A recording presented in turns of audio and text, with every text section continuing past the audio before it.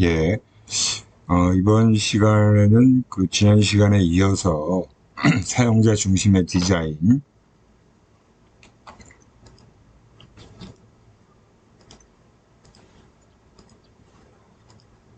지난 시간에는 은밀한 기능 추가주의, 그리고 잘못된 이미지의 숭배까지 살펴봤죠, 아마. 그래서 이러한 디자이너가 겪게 되는 치명적인 유혹에 대해서 우리가 어느 정도 파악을 해 봤고요. 오늘은 사용자 중심의 디자인과 관련된 내용을 살펴보도록 하겠습니다. 이 사용자 중심의 디자인이라는 것은 디자이너가 디자인한 제품을 최종적으로는 소비자가 사용을 하게 되겠죠. 그래서 소비자가 주로 사용하는 생활용품 디자인을 위한 제안을 몇 가지 우리가 살펴보도록 하겠습니다. 일단 생활용품 디자인을 할 때는 어느 때라도 그 시점에서 어떤 행동이 가능한지를 쉽게 결정해야 된다는 겁니다. 즉, 제약들을 이용하라. 우리가 앞에서 제약과 관련된 내용들은 쭉 살펴봤죠.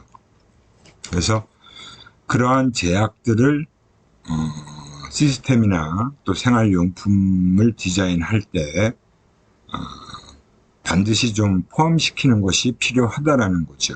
그래서 그 제약들을 이용해서 어느 시점에서 오류가 나거나, 그리고 또 오류가 났을 때 어떤 행동을 취해야 하는지를 소비자가 알기 쉽게, 결정하기 쉽게 해주라는 것이 바로 첫 번째 제안이라고 볼 수 있어요.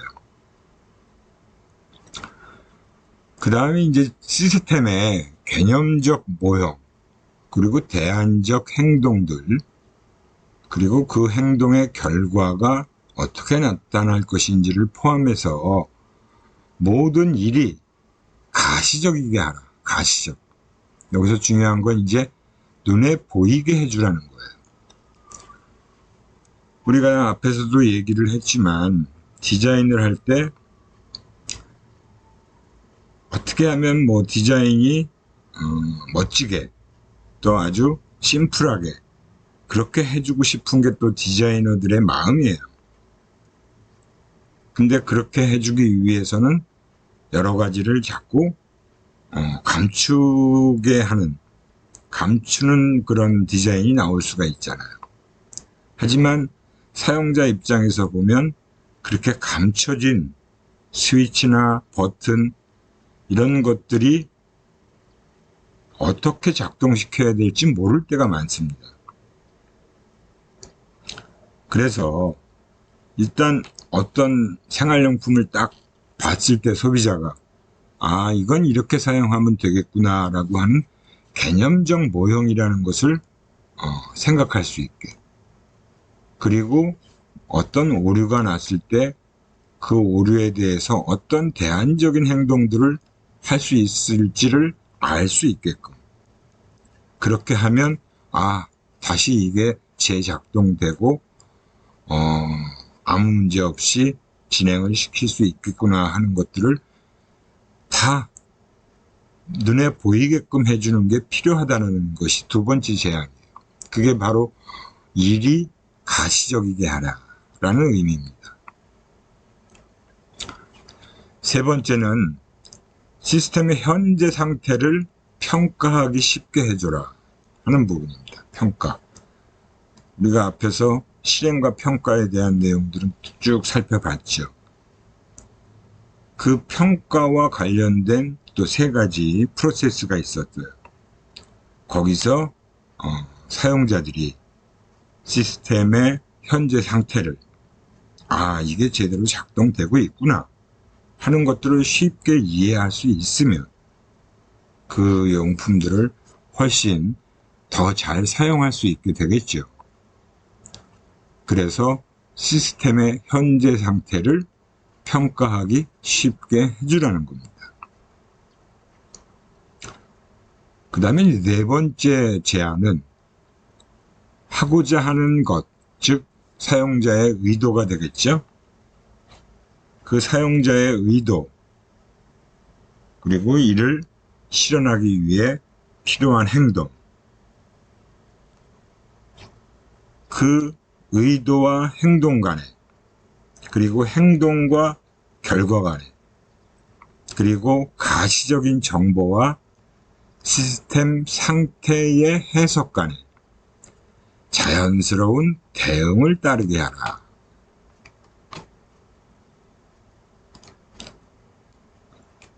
자연스러운 대응을 따르게 해주라는 겁니다.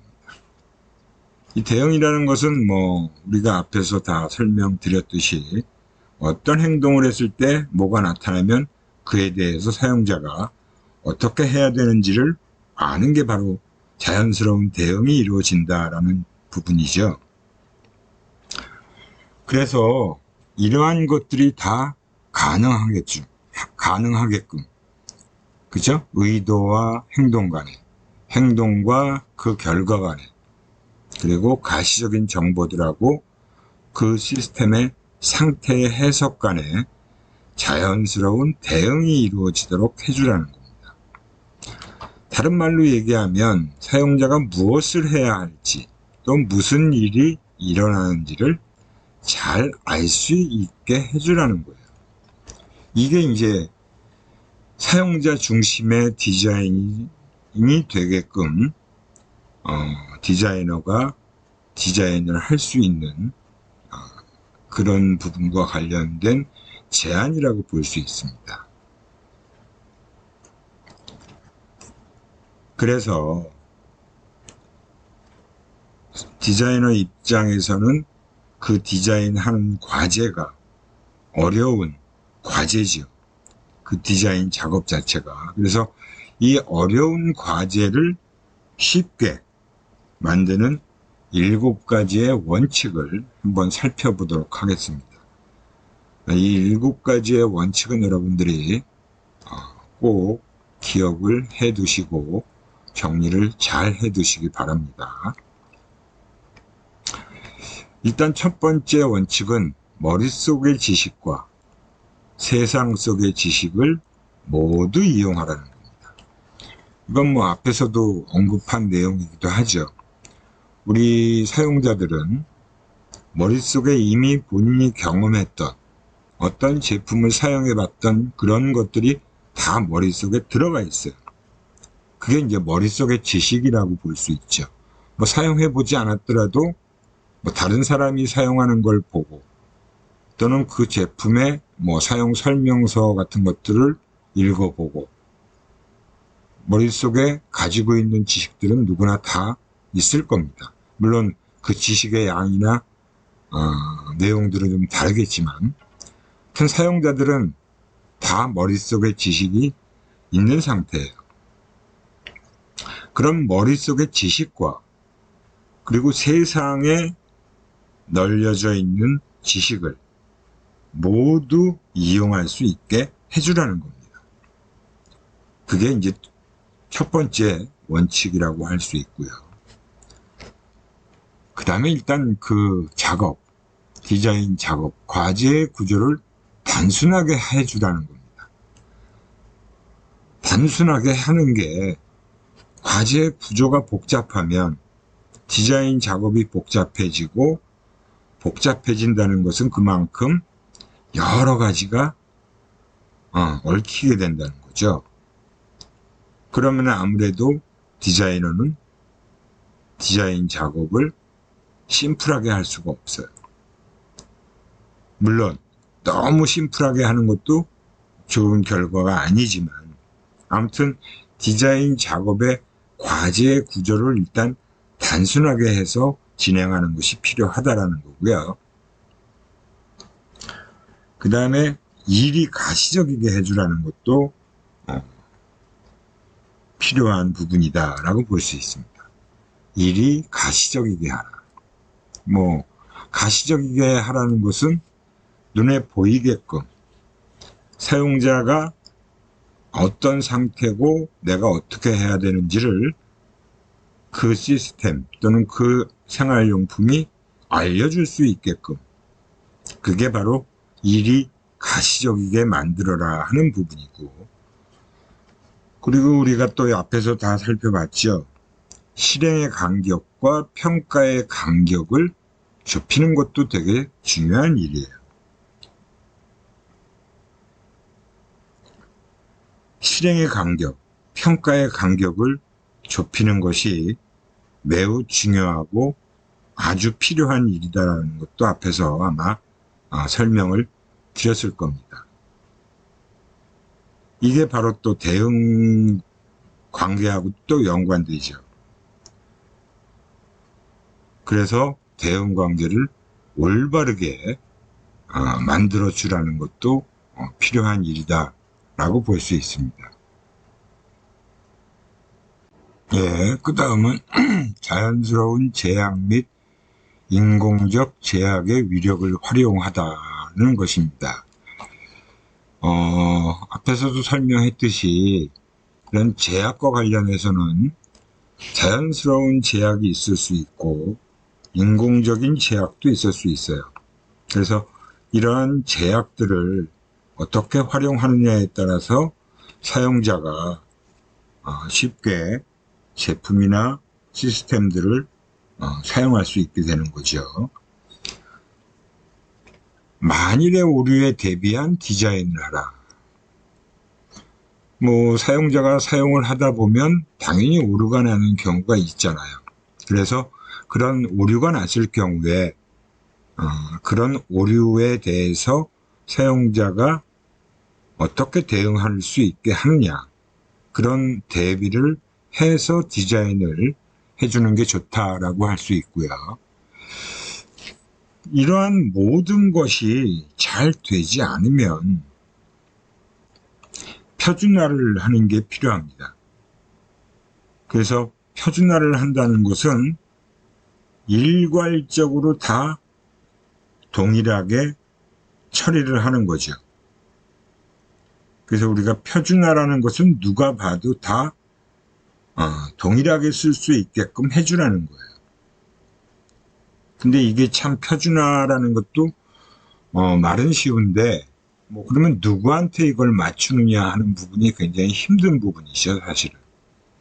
근데 아무튼 공통적으로 표준화할 수 있는 부분이 있다면 그걸 표준화 시켜주는 게 좋다라고 할 수 있습니다. 그래서 이러한 그 7가지의 원칙을 좀 하나하나 살펴볼 필요가 있어요. 일단 머릿속의 지식과 세상 속의 지식을 모두 이용하라 하는 부분에 대해서 한번 살펴보겠습니다.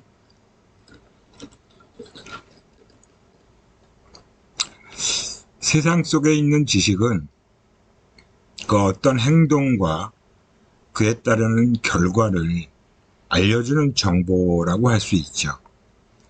거기다가 자연스럽거나 쉽게 해석될 수 있는 관계를 가질 때에만 유용하다라고 볼 수 있어요. 그러니까 사용자가 세상 속에 있는 지식을 어떻게 활용하는 행동을 보여주느냐, 그리고 그에 따라서 그 결과가 어떻게 되는지를 알려주는 그런 정보들, 그런 것들과 자연스럽게 해석이 될 수 있는 관계, 쉽게 이해가 될 수 있는 관계를 가지고 있을 때에만 유용한 것이 될 수 있다는 겁니다. 사용자가 더 필요한 지식들을 내재화하고 있으면, 즉 머릿속에 지식을 가지고 있다면 수행은 더 빠르고 더 효율적이라는 것을 우리는 알 수 있죠. 어떻게 보면 그만큼 사용자가 많은 지식을 갖고 있으면, 머릿속에 지식이 있다면 수행은 더 빠르게 이루어질 수가 있을 거예요. 근데 모든 사용자가 다 그렇지는 못하다는 거죠. 그래서 디자인은 사용자의 이러한 행동을 방해해서는 안 된다는 것입니다.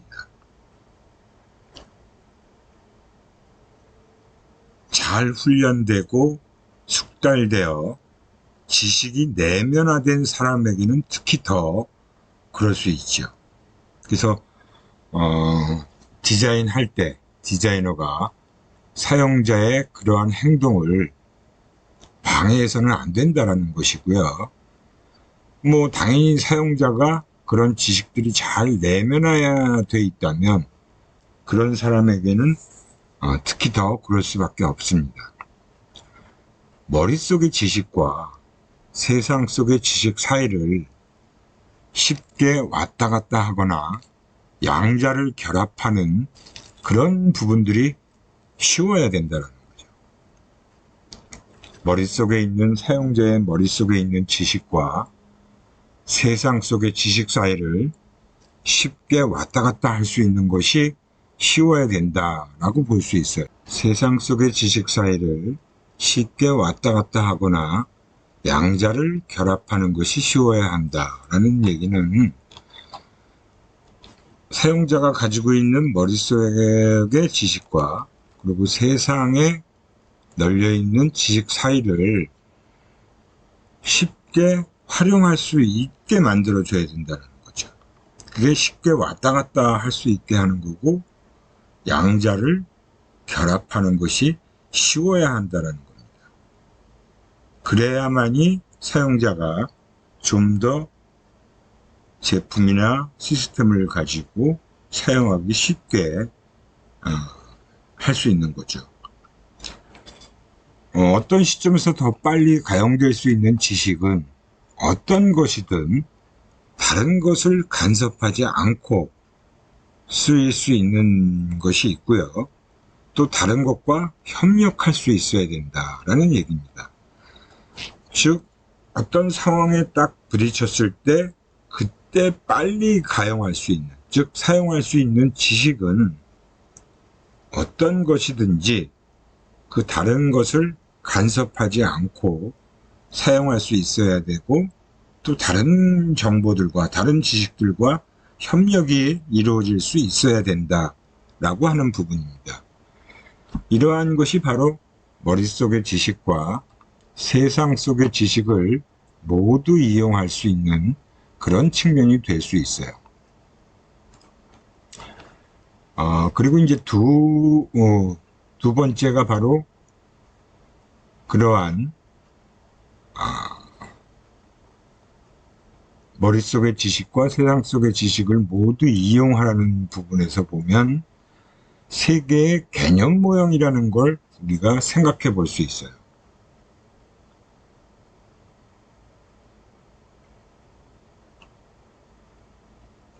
그래서 이 세상 속의 지식과 머릿속의 지식을 모두 활용하는 측면에서 우리가 세계의 개념 모형이라는 걸 생각해 볼 수 있는데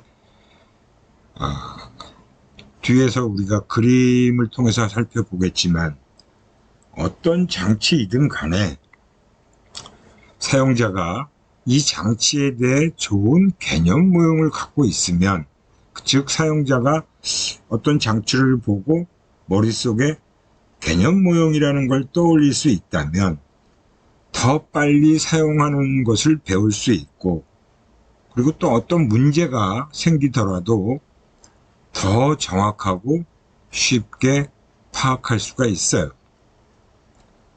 뭐 당연하겠죠. 머릿속에 있는 걸 가지고 모형을 만들어서 이렇게 사용하면 되겠구나 라고 생각할 수 있다면 훨씬 더 그 시스템이나 제품을 쉽게 사용할 수 있겠죠.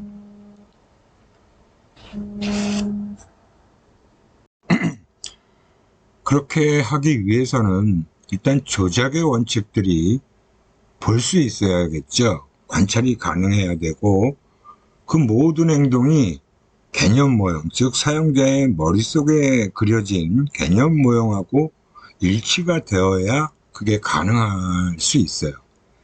그래서 가시적인 부분들이 그 모형과 일치하는 양식으로 현재 상태를 반영할 수 있어야 됩니다.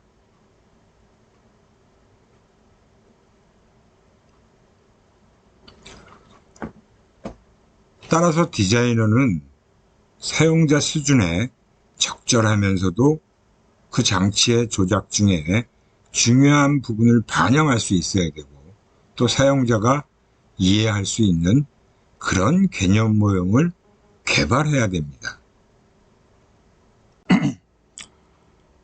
그러한 개념 모형을 심성 모형이라고 할 수 있는데, 이 심성 모형에는 세 가지 다른 측면, 즉 디자인 모형, 그리고 사용자 모형, 그리고 시스템 이미지, 이렇게 세 가지로 구별되어서 세 개의 개념 모형이라는 것이 만들어질 수 있어요.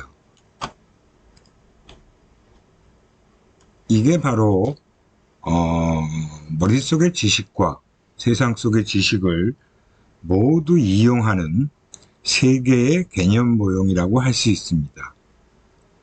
디자이너가 가지고 있는 디자인 모형이 있고요.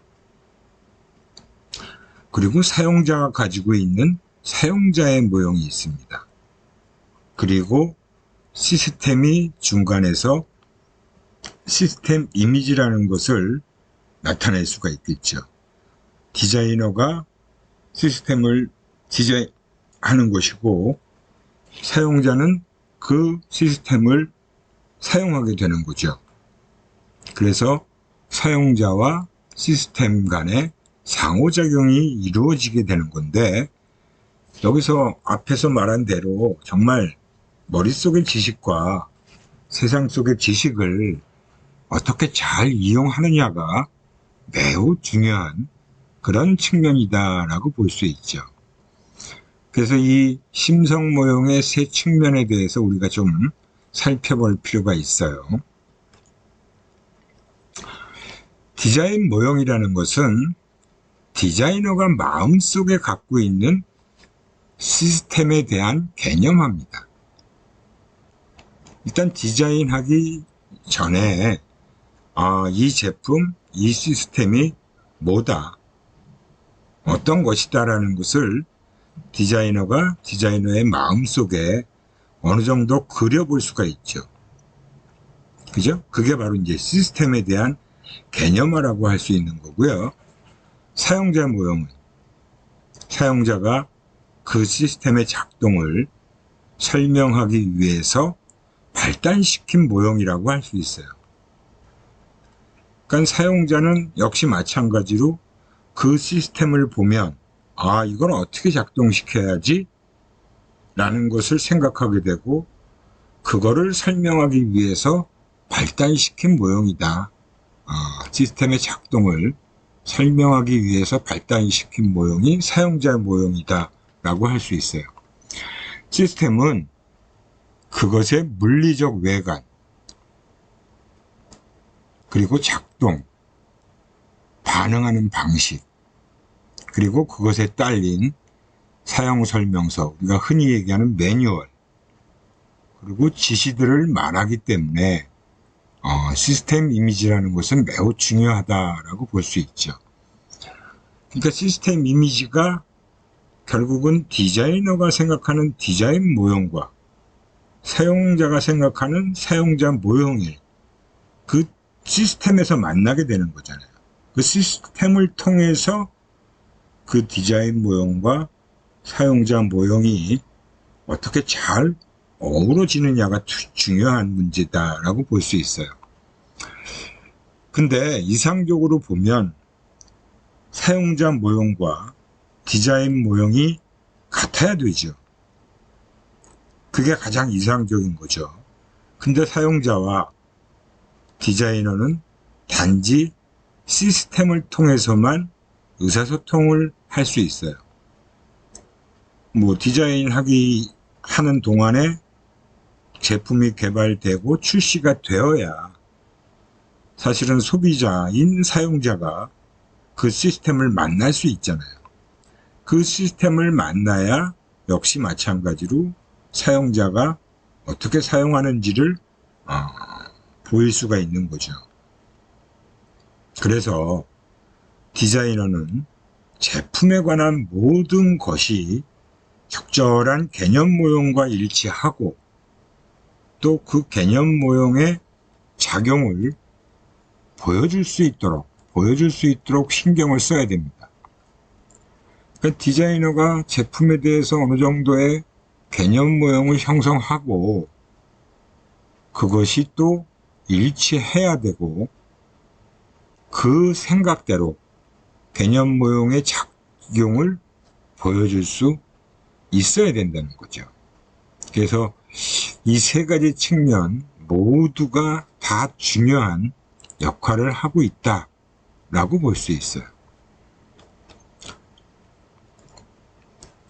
그래서 이 세 가지 측면이 모두 중요한데 사용자 모형으로부터 정확하게 무엇이 이해되어야만 하는가가 결정될 수 있기 때문에 필수적인 사항이라고 볼 수 있죠. 그죠? 사용자 모형으로부터 무엇이 이해되어야만 하는가가 결정되기 때문에 그러니까 사용자가 그 시스템을 사용하기 위해서는 뭘 어떻게 이해하고 있는지가 사실 중요한 거죠.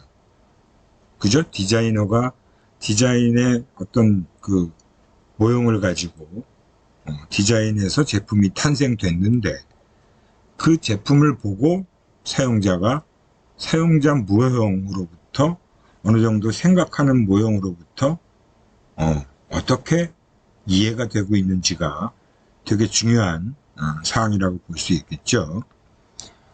그래서 디자인 모형은 일단 기능적이고 익히기 쉽고 사용이 용이한 것이어야 됩니다. 뭐 그거는 우리가 앞에서도 늘 얘기했지만 사용 용이성이에요. 어떤 것을 선택하고 어디에서부터 시작하느냐는 디자이너의 책임인 거죠. 디자이너가 어떻게 디자인해 주느냐에 따라서 사용자는 그것을 할 수가 있게 되는 거죠. 그래서 디자이너는 자기가 만든 시스템이 생각한 대로의 시스템 이미지를 주고 있는지 그 부분을 확인해야 돼요. 그죠? 자기가 만든 시스템이 생각한 대로의 시스템 이미지를 정말 나타냈는지 그런 부분을 확인해야 된다는 거죠. 그래야 사용자는 적절한 모형을 얻을 수 있게 되고 또 그 모형을 통해서 사용자의 의도를 행동으로 옮기는 거죠. 실행하는 거죠. 그리고 시스템 상태가 어떻게 되어 있는지를 해석할 수 있게 되는 거죠. 이게 자연스럽게 다 같이 어우러져야 되는 거죠. 뭐 사용자는 시스템 이미지로부터, 그죠? 시스템 이미지로부터 그 시스템에 관한 모든 지식을 얻는다는 것을 분명히 기억하고 있어야 되는 거죠. 디자인.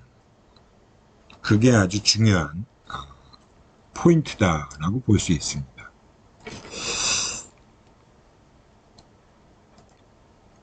그래서 이 머릿속의 세상과 지식과 세상 속의 지식을 모두 이용하는데 사용설명서라는 것은 어떤 역할을 하느냐. 분명히 사용설명서는 역할을 할 거예요. 그죠? 그래서 시스템 이미지에는 사용설명서와 첨부 문서들도 다 포함이 됩니다. 매뉴얼과 여러 가지 문서들이 포함되어 있죠. 사실 사용설명서는 생각했던 것보다는 도움이 잘 안 돼요. 뭐 사용자가 그 사용설명서를 꼼꼼히 읽어보지도 못하고 읽어보지도 않고 대부분 바로 사용하는 경우가 일반적이잖아요. 근데 이 사용설명서라는 것도 디자인이 된 뒤에 아주 짧은 시간 동안에 적은 인원으로 아주 급하게 만들어지는 경우가 일반적이죠. 그러다 보니까 그 사용 설명서를 사용하는 사람들도 지칭 상태에 있거나, 쓰는 사람들이죠. 설명서를 쓰는 사람도 굉장히 빨리 작업을 해야 되기 때문에 지치거나 아니면 그 일 자체도 별로 그렇게 중요한 일이라고 평가를 받지 못하게 되는 거예요. 그래서 가장 바람직한 방법은 설명서가 먼저 작성되고 난 후에 그 설명서에 따라서 디자인하는 것이 가장 바람직하다라고 볼 수 있습니다. 근데 이거는 또 사실 쉽진 않아요. 그죠? 사용 설명서가 먼저 작성된다. 그리고 그 후에 설명서에 따라서 디자인을 한다. 뭔가 이게 쉽진 않을 것 같다는 생각이 들잖아요. 그렇게 되면 디자인하는 동안에 잠재적 사용자가 설명서와 시제품을 동시에 시험할 수 있어서 사실 디자인 피드백을 제공해 줄 수는 있어요. 사실 테스트하는 거죠, 사실은. 그 설명서를 보고 시제품을 테스트하게 되면 사용자 입장에서는 설명서대로 사용을 하니까 그 부분이 충분히 디자인을 하는데 반영이 될 수는 있어요. 근데 이거 자체가 그런 식으로 진행이 되기는 쉽지 않다라고 볼 수 있습니다. 근데 중요한 건 아무리 좋은 설명서라고 하더라도 많은 사용자들은 그것을 별로 읽지를 않고 있어요. 그래서 사실은 큰 도움이 되지 않고 있죠. 어떻게 보면 이게 제일 문제인 것 같아요. 그죠? 여러분들도 제품 받아서 매뉴얼이나 사용설명서 꼼꼼히 읽어보는 경우 거의 없잖아요. 그러다 보니까 사용설명서가 활용되지 못하고 있는 거죠. 활용률이 굉장히 낮다라고 볼 수 있어요. 그래서 별 도움은 안 된다라고. 이렇게 해서 머릿속의 지식과 세상 속의 지식을 모두 이용하는 것과 관련된 내용들을 쭉 살펴봤어요. 이게 어려운 과제를 쉽게 만드는 7가지 원칙 중에 첫 번째 원칙입니다. 그럼 다음에 두 번째 원칙을 살펴보도록 하죠. 과제의 구조를 단순하게 하라 라는 게 바로 두 번째 원칙입니다. 과제의 구조를 단순화하면 필요로 하는 계획이나 문제의 해결의 양이 최소화되고 또 불필요하게 복잡한 과제는 대개 기술 혁신을 통해서 리스트럭처링, 재구조화가 될 수가 있죠. 그러니까 일단 과제의 구조를 단순화시키는 게 필요한데 그런 작업 자체가 결코 쉽지가 않죠. 근데 그렇게 하면 기술적인 혁신을 통해서 재구조화가 될 수 있다는 것입니다. 그러기 위해서는 디자이너는 사람들이 어느 정도의 양을 동시에 기억할 수 있는지, 그게 우리가 사용자를 얘기하는 거죠. 그리고 몇 가지 생각을 동시에 할 수 있는지 등의 사람들의 어떤 심리적인 측면에 주의를 기울여야 한다라고 볼 수 있어요. 이게 바로 과제의 구조를 단순하게 하기 위해서 디자이너가 먼저 생각을 해봐야 되는 요소다라고 볼 수 있습니다. 우리가 심리학을 공부하면서 기본적인 기초심리학 분야의 기억과 관련된 내용들 여러분도 다 아실 거예요. 그죠? 단기 기억의 용량이라고 하는 것은 매직 넘버 7이다 라고 해서 7 플러스 마이너스 2의 기억 용량의 한계를 고려해야 된다는 거죠.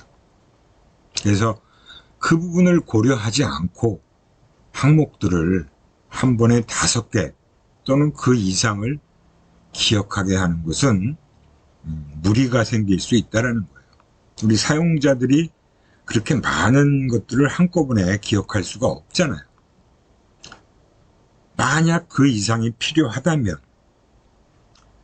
그 시스템 쪽에서 임시로 기억을 도와줄 수 있는 기술적인 보조장치를 마련해야 된다는 것입니다. 그 부분이 되게 중요한데, 그럼 보조장치를 만드는 것도 그렇게 쉽지가 않잖아요. 그죠? 우리가 사용자가 스스로 다 기억할 수 없으면 그것들을 기억하지 않고 뭔가 활용할 수 있는 보조 기억 장치를 마련해 주면 그게 우리가 흔히 얘기하는 단서가 될 수 있겠죠. 그 단서를 통해서 기억을 떠올릴 수가 있게 되는 거죠. 그래서 장기 기억의 특성상 정보가 의미가 있을 때 어떤 개념적 틀에 통합이 될 수 있을 때 더 잘 그리고 더 쉽게 획득된다는 것은 이미 알고 있는 사실이에요. 그죠? 근데 장기 기억의 인출이라는 것은 뭐 여러분들 다 경험해 봤듯이 사실 느리고 틀리기가 쉽다는 거죠. 그죠? 장기 기억의 인출이 그렇게 잘 되지가 않잖아요. 그거를 그렇게 확실하게 명확하게 잘 인출해내기가 결코 쉽지 않죠. 그래서 느리기도 하고 뭐 틀리기도 하고 그럴 수 있다라는 거죠. 그래서 이 기억을 분명하게 활용을 해야 되는데 그 활용하는 것이 결코 쉬운 일은 아닌 거다라고 볼 수 있죠.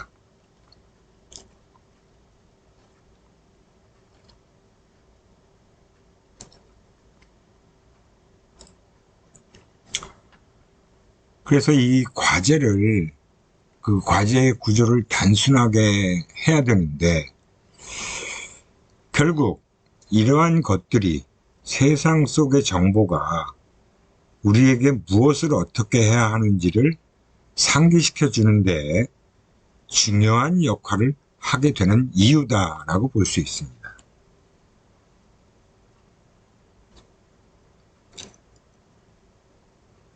그 세상 속의 정보라는 것이 사용자로 하여금 무엇을 어떻게 해야 되는지를 떠올리게 해주는데 중요한 역할을 할 수 있다는 얘기죠.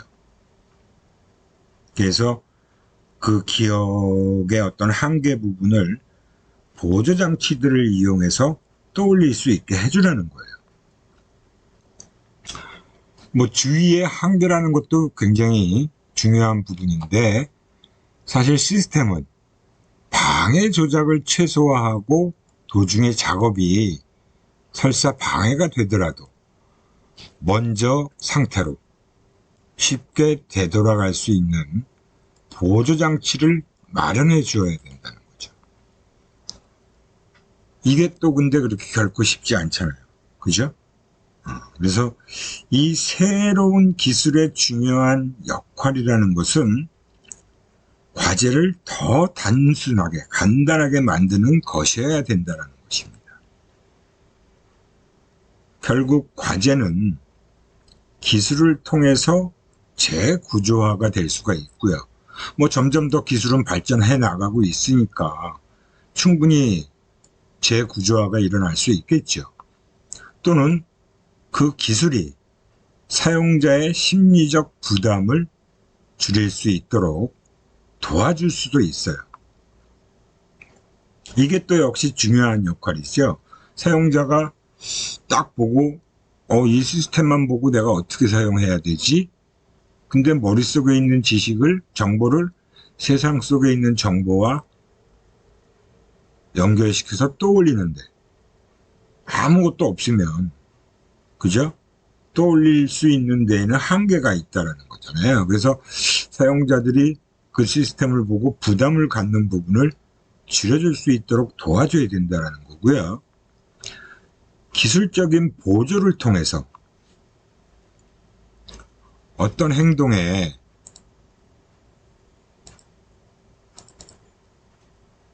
그 행동 말고 다른 방법도 있다는 것을 좀 알려줄 필요가 있을 뿐만 아니라 작업에 어떤 의미가 있는지 또 어떤 결과가 나올지를 더욱 완전하고 더욱 해석하기 쉽게 나타내 줄 수도 있다는 겁니다. 그러니까 기술적인 보조라는 게 있으면 사용자가 자기가 하는 행동 이외에도 또 다른 방법이 뭐가 있지? 라는 것을 어느 정도 알 수 있게 되고 또 그렇게 작업을 했을 때 그게 뭘 의미하는지 또 그렇게 했을 때 어떤 결과가 나올지를 더욱 완전하고 더욱 해석하기 쉽게 나타내 줄 수도 있다는 거예요. 그래서 이러한 보조를 통해서 대응들은 잘 가시화될 수 있다. 눈에 띄게 만들어줄 수 있다는 거고 또는 더 좋고 더 자연스럽게 대응이 일어날 수도 있다는 겁니다. 이게 사실은 굉장히 중요한 부분이다라고 볼 수 있죠. 그래서 정말 우리가 이런 과제의 구조를 단순하게 하는 것은 굉장히 중요한 부분인데 그것을 가능하게 해주기 위해선 과연 어떤 것들을 또 해야 되는지를 살펴보도록 하죠. 그래서 이 과제의 구조를 단순하게 하는데 기술상에 4가지의 주된 접근 방법이 있어요.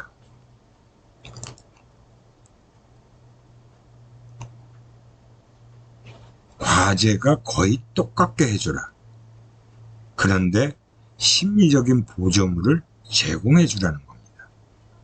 과제가 되게 똑같게 돼 있고, 그러니까 표준화가 되면 좋겠다는 거고, 근데 그것만 갖고 부족하니까 사용자가 사용할 때 뭔가 머릿속에서 떠올릴 수 있게끔 보조물들을 제공해 주라는 거고요. 기술을 써서 지금까지 드러나지 않았던 것을 눈에 띄게 해주는 거죠. 이런 게 새로 생겼네? 라고 하면 사용자는 조금 더 안심이 될 거예요.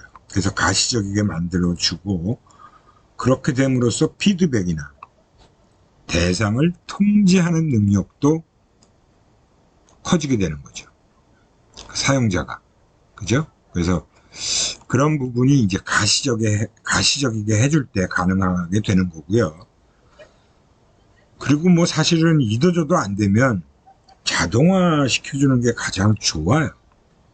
근데 자동화라는 문제도 우리가 물론 사용자 입장에서는 참 좋은 거죠. 제가 계속 그 프린터, 양면 프린터 하는 걸 예를 들어서 설명드렸잖아요.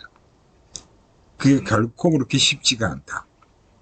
그리고 사용자 입장에서 그런 모든 게 자동화된 제품은 가격이 올라가기 때문에 수동 제품을 선택하는 사람도 있단 말이에요. 그래도 아무튼 과제가 거의 비슷해지게 해주는 게 필요하고요. 과제의 성실 자체를 아예 바꿔주는 것도 생각해 봐야 됩니다. 그러니까 우리가 디자이너가 이 과제의 구조를 단순하게 하기 위해서는 이러한 4가지의 접근 방법을 사용하고 이런 접근 방법들을 통해서 단순화된 그런 과제로 디자인 작업을 진행해 나가는 것이 필요하다는 겁니다. 오늘은 이렇게 해서 이제 7가지 원칙 중에 첫 번째 원칙과 2번째 원칙까지 살펴봤는데 이 2번째 원칙의 이 4가지 주된 접근 방법에 대해서는 다음 시간에 또 계속해서 진행하도록 하겠습니다. 예, 오늘 수업은 여기까지 하고요. 여러분들이 목요일 날 동영상 보실 거는 제가 아마 수업 시간에 말씀드렸듯이 김영세 디자이너의 디자인 철학과 관련된 그런 동영상을 좀 보도록 하겠습니다. 근데 동영상 상태가 그렇게 깨끗진 않아요. 그 예전 동영상이라 조금 화면이 선명하지 않더라도 좀 이해해 주시기 바랍니다. 예, 질문사항 있으시면 질문 코너에 꼭 올려주시고요. 예, 오늘 여기까지 하도록 하겠습니다.